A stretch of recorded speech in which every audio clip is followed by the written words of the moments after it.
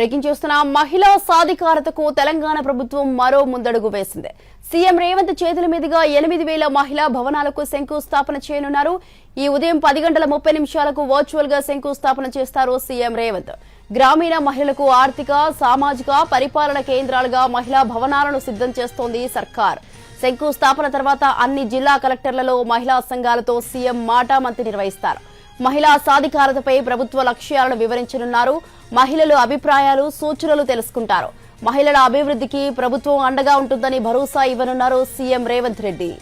మహిళా సాధికారతకు తెలంగాణ ప్రభుత్వం మరో ముందడుగు వేసింది. సీఎం రేవంత్ చేతుల మీదుగా 8,000 మహిళా భవనాలకు శంకుస్థాపన చేయనున్నారు. ఈ ఉదయం 10:30 వర్చువల్ గా శంకుస్థాపన చేస్తారు సీఎం రేవంత్. గ్రామీణ మహిళలకు ఆర్థిక, సామాజిక పరిపాలన కేంద్రాలుగా మహిళా భవనాలను సిద్ధం చేస్తోంది సర్కార్.